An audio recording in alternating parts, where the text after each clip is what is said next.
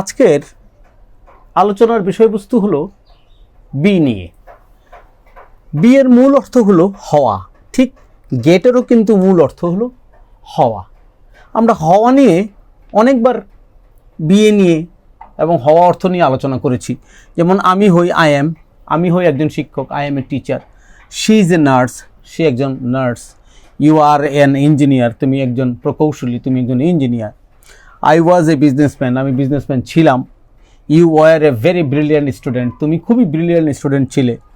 I will be a doctor, আমি ডাক্তার হব। She will be an engineer, সে একজন ইঞ্জিনিয়ার হবে। আই এম বিইং, আমি হচ্ছি। আই এম গেটিং, আমি হচ্ছি, একই কথা কিন্তু। আই ওয়াজ বিইং, আমি হইতেছিলাম। আই উইল বি বিইং, আমি হতেই থাকবো, আমি হয়ে গেছি। আই হ্যাভ বিন, আমি হয়ে গিয়েছিলাম। আই হ্যাড বিন, আমি হয়ে থাকবো। আই উইল হ্যাভ বিন, আমি হয়ে গিয়েছি সাকসেসফুল, আমি ধন্য হয়ে গেছি, আমি সফল হয়ে গিয়েছি। I have bin successful, I have bin successful. বলতে পারো আই হ্যাভ গট সাকসেসফুল। অর্থাৎ দেখো, বি এর পরিবর্তে গেটের ব্যবহারটাও সমানতালে আমি দেখানোর চেষ্টা করছি। গেটের অনেকগুলো অর্থের মধ্যে এইটাও একটি প্রধান অর্থ, যে গেট অর্থ হলো হওয়া। তাহলে আই গেট, আমি হই। ঠিক এই জিনিসগুলো আমরা যখন শিখব বা শিখে নিয়েছি, হওয়া অর্থে প্রায় তোমরা সবাই জানো বি অর্থ হলো হওয়া, এবং সেটার মূল ভার্ব আকারে আমি এটা দেখিয়ে দিয়েছি। বি এর একটি প্রধান অর্থ হলো অবস্থানে থাকা। আমরা কে কোথায় আছি, কে কোথায় ছিলাম, কে কোথায় থাকবো কতক্ষণ পর, বা কে কোথায় এখন এই মুহূর্তে অবস্থানে আছি, এই জিনিসগুলো বলতেও কিন্তু আমরা বি এর সাহায্য নিতে পারি, গেটের সাহায্য নিতে পারি। অর্থাৎ কে কোথায় অবস্থানে আছে। যেমন আমি আছি তোমাদের সামনে, I am present indefinite in front of you, আমি তোমাদের সামনে আছি। তুমি এখন অফিসে আছো, you are in your office now, তুমি তোমার অফিসে এখন আছো।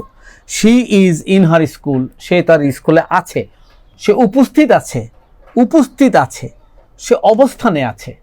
এটা কিন্তু আমরা বি দিয়ে বলে থাকি। আমি ছিলাম মার্কেটে, I was in the market. আমি মাঠে ছিলাম, I was in the field, আমি অবস্থানে ছিলাম। অবস্থানে থাকা ইংলিশটাও বি। তাহলে আমি থাকবো, আই উইল বি, আমি এয়ারপোর্টে থাকবো আগামী 10 মিনিট পরে। I will B at airport after 10 minutes. I will get at airport after 10 minutes. Same thing, একদম সেম থিং। আবার দেখো, আমি থাকতে পারি, I can B with the VIP people, আমি ভিআইপি লোকদের সাথে, ভেরি ইম্পর্টেন্ট পার্সন লোকদের সাথে আমি থাকতে পারি। আই মাস্ট বি, আমি অবশ্যই থাকবো। I must be at the airport, আমি অবশ্যই এয়ারপোর্টে থাকবো। ফর ইউ, তোমার জন্য। You should be at the bus station for me, তোমার থাকা উচিত, অবস্থানে থাকা উচিত আমার জন্যে, বাস স্টেশনে। সুতরাং বুঝতে পারছো যে আমরা যদি মডেলের সাথেও বি ব্যবহার করি, can be, could be, may be, might be, shall be, should be, would be, must be, need to be, আমার থাকা দরকার। I need to be at the station just now, আমার এক্ষুনি এয়ারপোর্টে থাকা দরকার, অবস্থান করা দরকার এক্ষুনি। কারণ আমার বন্ধু গাড়ি নিয়ে আসছে, সে যদি এখানে আমাকে না পায় তাহলে ব্যস্ততার মধ্যে সে কোথাও অপেক্ষা করবে, রাস্তাঘাট খুব ব্যস্ত, গাড়ি নিয়ে অপেক্ষা করা যায় না, খুব বিপদ হয়ে দাঁড়ায়। তাহলে I will be, I must be, I can be, I could be, I should be, I need to be, I ought to be. বুঝতে পারছো, আমার থাকা উচিত, I ought to be. In my office right at 10, আমার অফিসে থাকা উচিত একেবারেই 10টায়, সকাল 10টায়, 10 AM। আমি অবস্থানে থাকছি, I am being at such a position. I am being at the station, আমি অবস্থানে রহিয়াছি, আমি অবস্থানে থাকছি। যদিও কন্টিনিউয়াস টেন্সে তোমরা অবস্থানে থাকা অর্থটা খুব বেশি একটা পাওনি, একেবারে যে পাবা না তা না।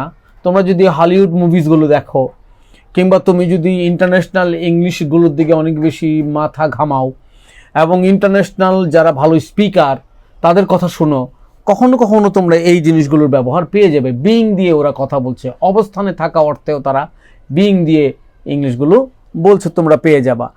স্বাভাবিক যারা ইংলিশ ব্যবহার করো, যারা ইংলিশ ব্যবহার করার জন্য একেবারেই নতুন ইদানিং, এবং যারা অতিমাত্রায় ইংলিশটাকে ব্যবহার করনি, তাদের কাছে এই জিনিসগুলো একটু ব্যাখ্যাপ্পা লাগতে পারে। কিন্তু যতই ইংলিশের ভিতরে ঢুকতে থাকবে, যতই ইংলিশের উপরে তোমার দক্ষতা বাড়তে থাকবে, ততই দেখবা যে তোমরা বি অর্থে, বিইং অর্থে, অর্থাৎ কন্টিনিউয়াস টেন্সে বিইং এর ব্যবহার এবং সেখানে অবস্থানে থাকা, কেউ কোনো জায়গায় অবস্থানে আছে, I am being at the jungle now, আমি এখন জঙ্গলে অবস্থিত আছি, চলমান অবস্থায় আছি, আমি একটা অনেক ঝোপঝাপটার মধ্যে দিয়ে সময় কাটাচ্ছি জঙ্গলে। I am being, I was being, I will be being, আমি অবস্থান করতেই থাকবো ইন দিস জঙ্গল ফর অ্যানাদার 2 days, পরবর্তী আরও 2 দিন যাবত। তাহলে আমি অবস্থান করেছি, আই হ্যাভ বিন, আমি এই এলাকায় অবস্থান করেছি 10 মাস। I have been at this area for 10 months, for মানে যাবত। তোমাদের কি মনে আছে ফর মানে যাবত? আমি এই এলাকায় অবস্থান করিয়াছি মার্চের 10 তারিখ থেকে। তাহলে হবে I have been in this area since March 10, 2021, 2021 সাল থেকে, এটাও বলতে পারো। আমি অবস্থানে রহিয়াছি, আই হ্যাভ বিন। দেখো এখানে হ্যাভ, হ্যাজ হলো অক্সিলারি ভার্ব, বি কিন্তু বি এর পাস্ট পার্টিসিপল কিন্তু বিন। হ্যাঁ, তোমরা অবশ্যই আমার টেন্সগুলো ভালো করে দেখেছো, টেন্সের গোপন রহস্য আমি ভেদ করে দিয়েছি, এবং যে জায়গায় জানলে তোমাদের ইংলিশের উপরে দক্ষতা বাড়বে সেটা আমি ভেবে দেখেছি। এবং ইংলিশগুলোকে প্রাথমিক স্তরে আমি যে ইংলিশগুলো দিচ্ছি সেগুলো অবশ্যই খুব ভিতরে গভীরে না, কিন্তু এই জিনিসগুলো একেবারে ভালো মতো না জানলে, ভালোভাবে না জানলে তোমরা কিন্তু পরবর্তী ক্লাসগুলোতে ইংলিশটাকে বুঝে উঠতে পারবে না। তখন জটিল থেকে জটিলতর এবং জটিলতর থেকে জটিলতম অবস্থা সৃষ্টি হবে। তখন বলতেই থাকবা ইংলিশটা আসলেও খুব কঠিন। কিন্তু প্রাথমিক স্তরের আমি যে ক্লাসগুলো দিচ্ছি, এই ক্লাসগুলো তোমরা যদি 100% বুঝতে থাকো এবং বুঝতে পারো, পরবর্তীতে আমি যত হার্ড ক্লাসই তোমাদেরকে দেই না কেন, তোমরা দেখবা যে তোমাদের ইংলিশটা একেবারেই সহজ হয়ে যাচ্ছে, তোমাদের জন্য শেখাটা একেবারে সহজ হয়ে যাচ্ছে।